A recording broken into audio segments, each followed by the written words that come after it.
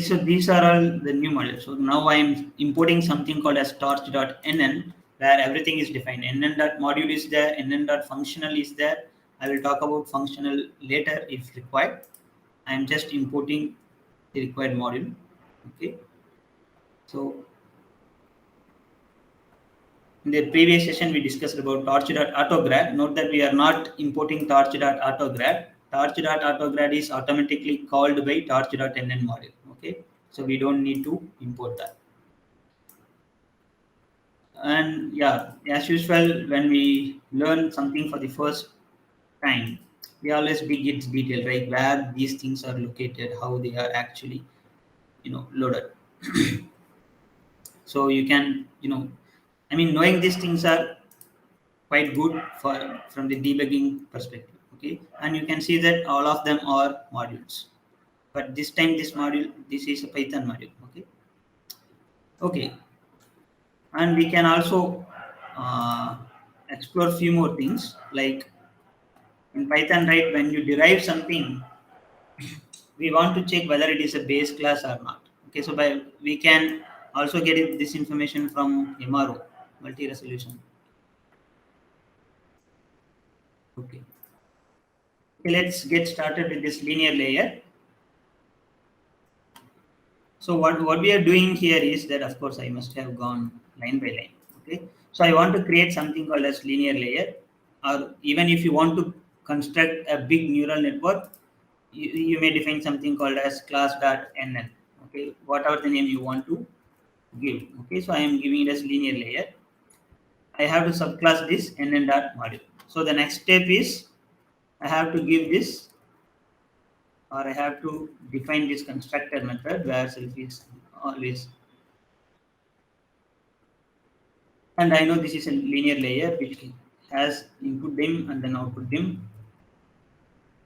Then we define that. Okay, maybe I make.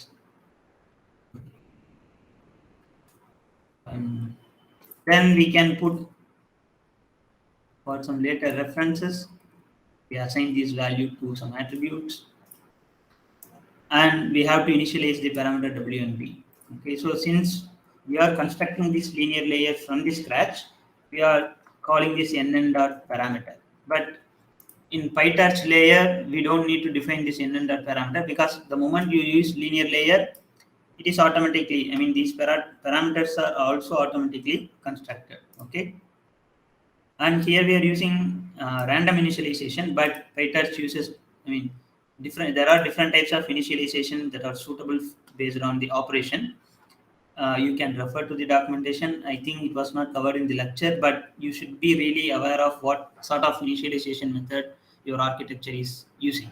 Okay, random is very common, but there are some key initialization, something like that. Okay, which are suitable for, in the case of, let's say, CNN, that is more suitable initialization scheme. Okay, then yeah, now we define the forward method. It has to be defined. So these two methods have to be defined. Okay, defined by us. The rest will be taken care by the module. Okay, so we have defined it and executed it. And then let's see how do we make use of this layer. Okay.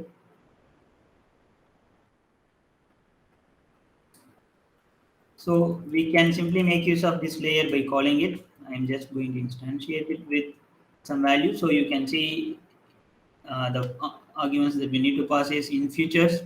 Let's say I'm passing it as 100, and then out is 10, and I am assigning this to some instantiate with model. So this is going to be my model. My model is a simple linear model now. Okay, so I can execute this. What mistake I made? Okay, I forgot to call this super method. That's the reason why I copy paste it. Fortunately, these errors are fixable. So this is must. You have to call this super, otherwise the NN module methods will not be derived.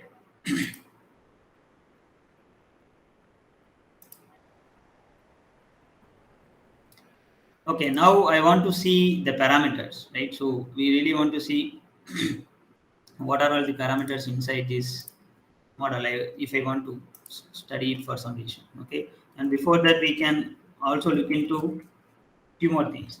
I just used this linear layer class, but it inherited so many methods from this NN dot module. So I want to see the methods inherited from this NN dot module. Okay, even though I just defined two methods, the constructor and forward, you can see it inherited n number of methods from NN dot module, and the few important methods are the state dict, which maintains the state of the parameter, and then zero grad, right? I have to do this zero grad in order to avoid this accumulation, and also parameters, right?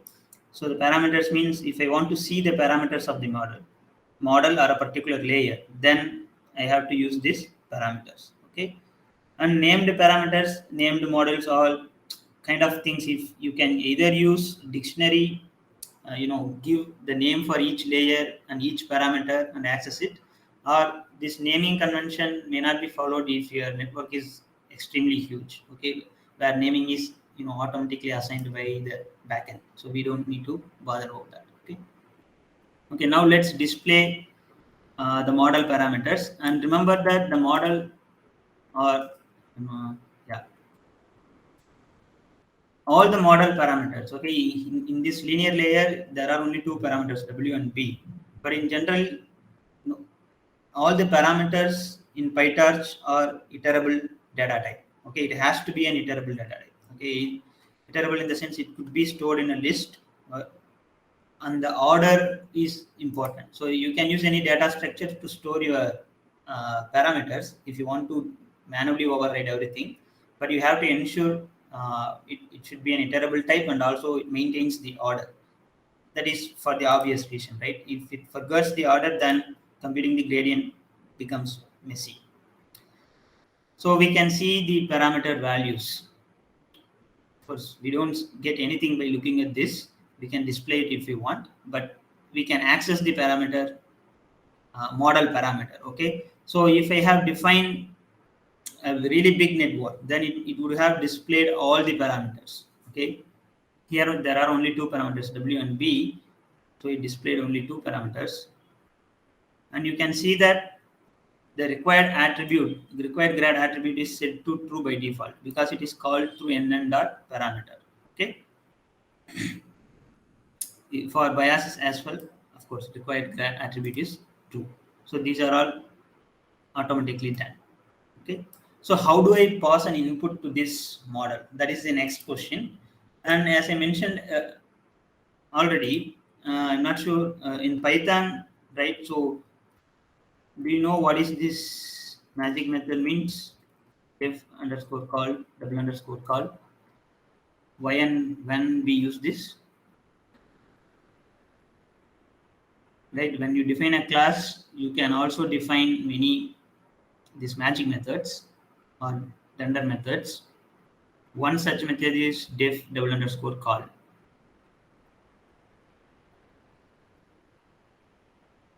Do you know that, or shall I? Without going into detail, so now we are creating a class, an object.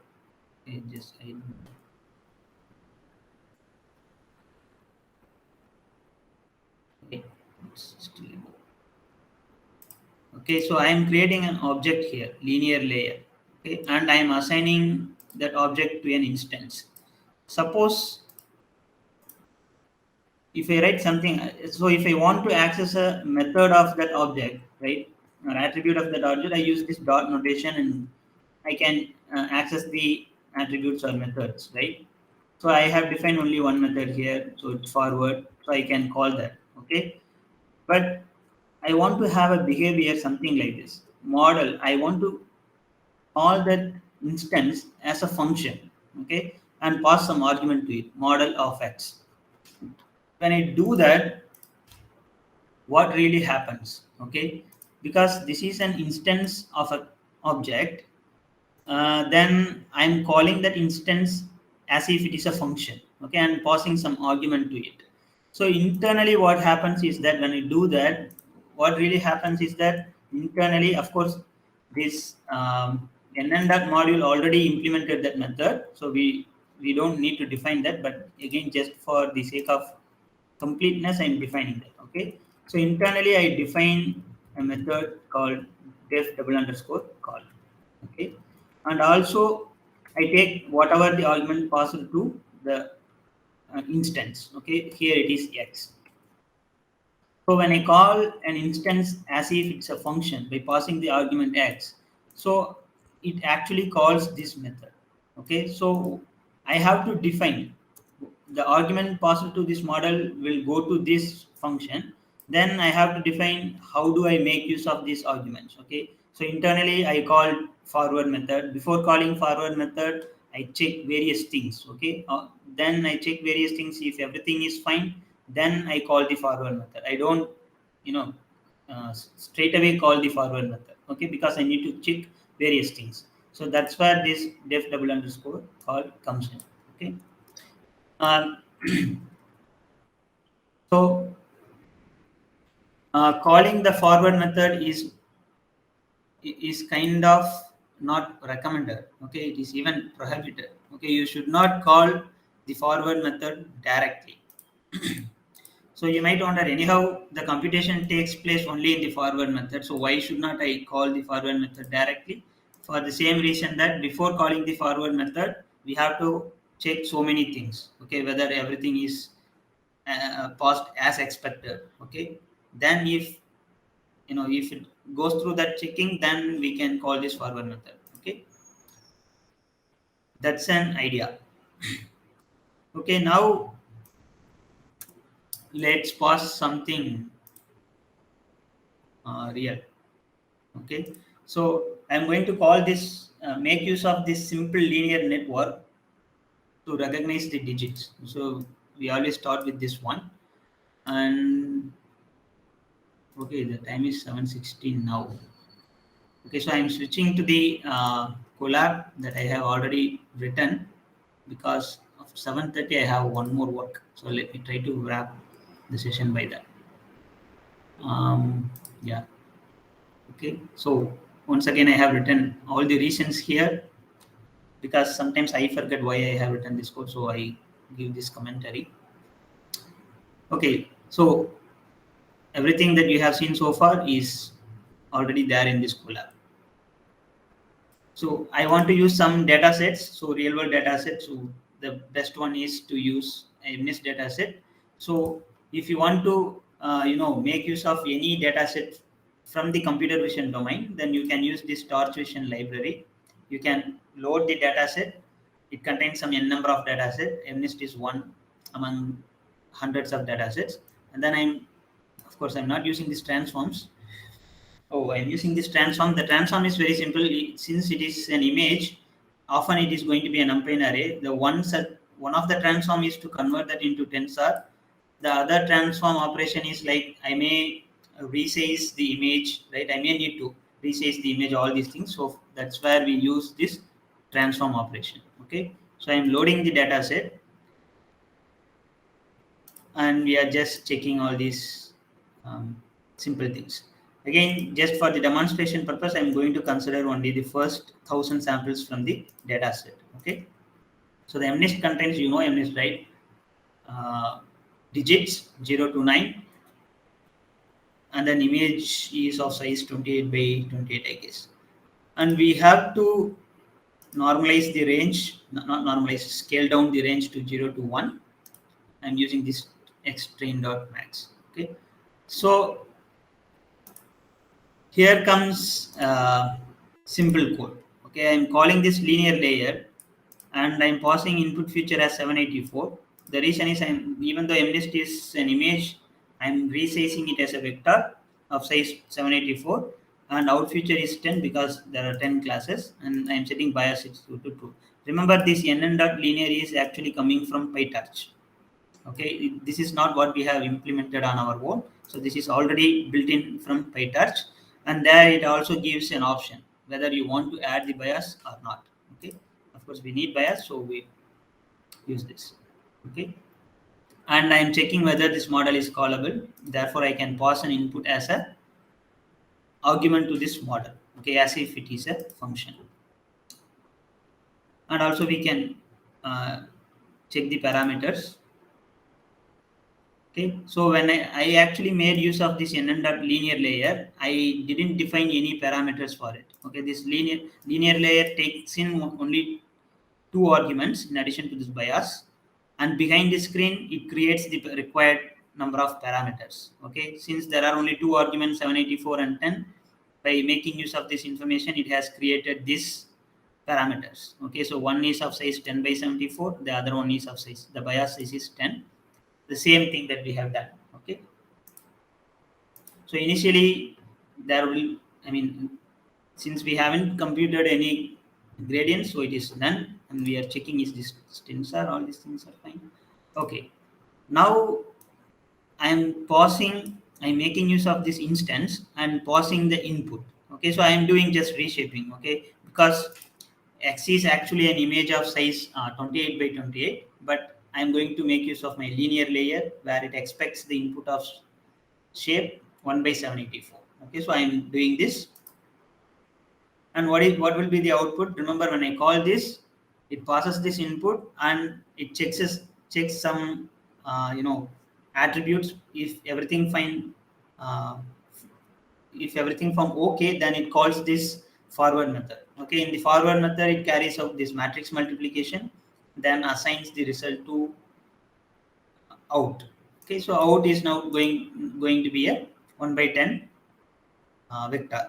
Okay, so you can even see that it is add backward. Okay, so for the moment you ignore about this 0 1 2 3, you just focus on these words. Okay, okay, now the linear layer is working fine. The next step, I want to find the probability of each class, so we can make use of the softmax function, and also pay attention to the dimension. Okay, so that's why I'm telling you have to keep track of this dimension in your mind. Okay, so you should have a thorough understanding of how to make use of a dimension, and also how dimension actually works for different tensor.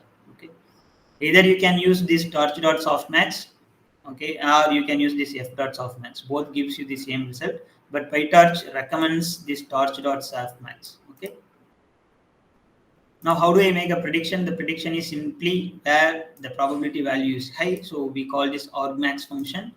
Then we can see what is there. So the class predicted by the linear layer is 0, but in fact it is 5. Okay, so the next step, once we have this prediction, then we have to compute the cross entropy loss.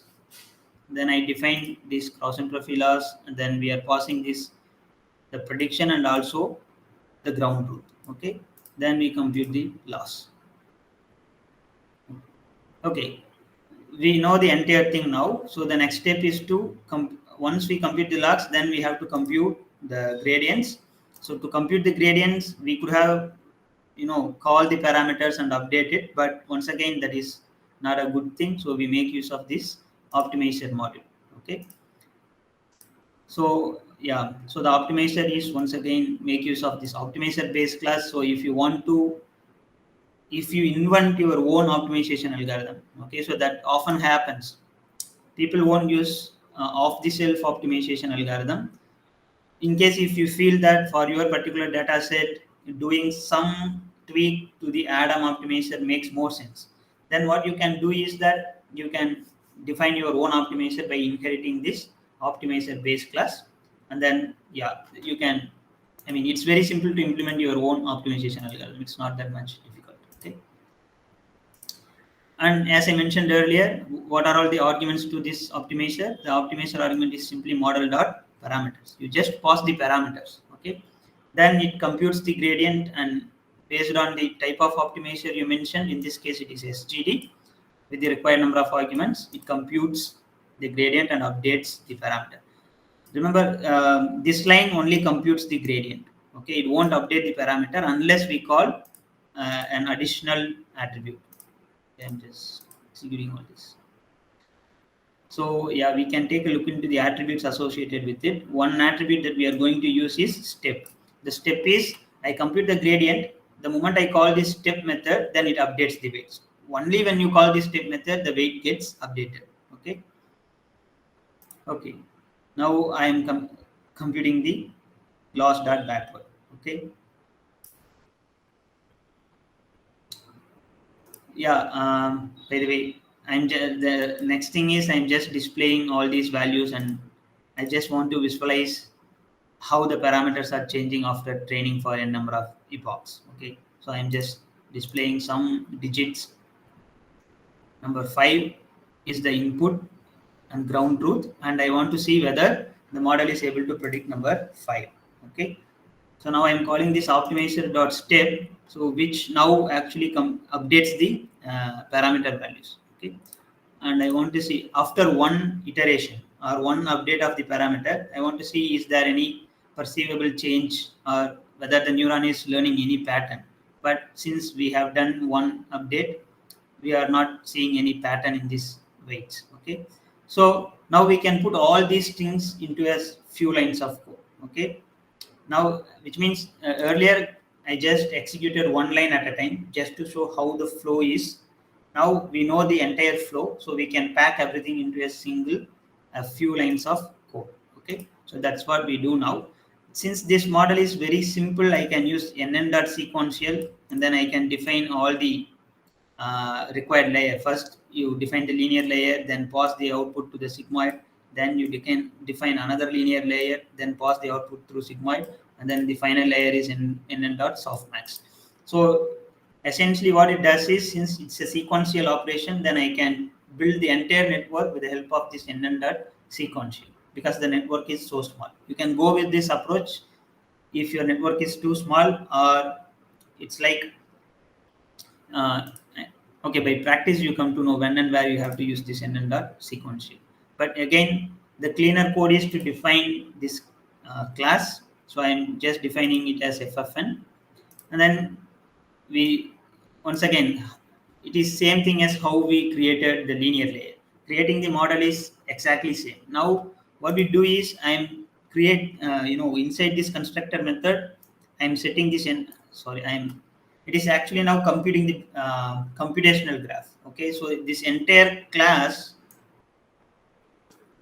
is, in fact, what it is actually doing is it is computing, or it is constructing the computational graph. So when I call this nn.linear layer, okay, it creates a computational graph with the required number of w and p. And then once again I am calling nn.linear. What it does is, since then it attaches these two linear layer together in a computational graph. Then I can keep on defining, okay, whatever the parameter I want. Okay, so then it builds the computational graph. I mean the nodes for the computational graph. In the forward method, right, it actually connects all these nodes, okay, based on the operation we define. Okay, here I am just using the sigmoid function for simplicity, and then also softmax for final probability. Okay, and these reshape things are just to match this input dim. Okay, now I have my model, then I can instantiate it and then pass this. Okay, I just put all the lines here, and once again I want to see the weights. You can see initially there are no patterns. Now I am just defining the training loop. Okay, in the training loop you can see it's very simple, right? In each iteration what we do is we pass the input, and then we compute the loss, and then we compute the gradients, and then we pass these gradients to optimizer. Remember, the optimizer now receives the gradients internally, even though you can't see it right now, right? You are not seeing any. The moment I initialize this optimizer thing, right, the model parameters is somehow, internally they are all connected. Okay, so the moment you call this loss dot backward, gradients are computed. The moment you call this optimizer dot step, then the gradients, I mean the parameters will get updated, okay, based on the type of optimizer. Then we have to set this 0 grad. Okay, so now the entire code boils down to a simple or what do I say, now it simplified everything. Okay, so we can, it's like we are just running the Python for loop with the required number of arguments, okay, without bothering much thing. Okay, so I'm going to run this for, I think the epoch is 100.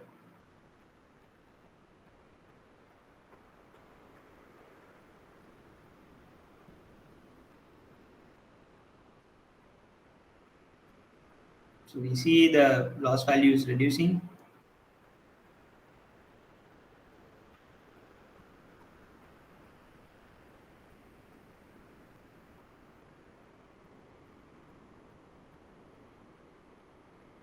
Okay, so anyhow it keeps running for 100 epochs, then the loss is reducing a bit. It's not actually reaching zero. You can plot and see what is the loss value, okay, from the initial 2.30 to 2.18. And of course, these loss numbers have no absolute meaning, so do not kind of associate meaning to it, okay. 2.17 doesn't mean the error is completely low, or 2.30 or 2.5 doesn't mean error is too high, okay. You just say the error is relatively high or low, okay. Now I want to see the pattern learned by this particular neuron. Okay, so I am accessing a particular parameter. Okay, and then I reshape the parameter. I know it is going to be from 784. Then I am reshaping it and just want to see whether it learns some pattern. Okay, so by looking this color map, we can see that the neuron gives high weightage for some shape. Okay, you can see there are some shapes where it gives high value, and for some shapes it gives a very low value, okay, or we can say it activates for particular shape and it tries to detect some particular pattern, okay. We don't make sense of this pattern, but now we are in a position to visualize this, okay. And if I want to create an animation out of it, I can do that. In each epoch I can, I can make use of the hook, and then I take all this gradient, and then I can compile and see how the particular neuron learned its pattern, okay. So that all these things are possible. So we now know how to build a simple network, but here we took care of passing the data on our own. We defined the training loop, and in the training loop we passed a single sample at a time, okay. But once again we have a module called torch data, where batching the sample and doing multi-processing, okay, all these things are taken care by that module, okay. So that's what we are going to learn tomorrow. So in tomorrow we are going to learn CNN neural network, and then as if we build the CNN neural network, and then we make use of torch data set. That's how the industry practices, okay. So industry people make use of this torch data set, and as well as they create a model and then make use of multiple GPUs, okay. So tomorrow I will demonstrate why torch data set is required and how to make use of it efficiently in order to load the samples, okay. So that's the topic of tomorrow. And also I ran quickly through this collab. You might have missed so many things, or you might not. You might have, you may not be in a position to grasp all these things. But please take this collab and run through it. This is important. Tomorrow I will consolidate. I mean, all the concepts will be covered in a single collab. Okay, from the torch data set all the way building CNN, visualizing it, and pre-training. Once again, I go through a little faster, and I release the collab in the GitHub. It is not there, but I release it.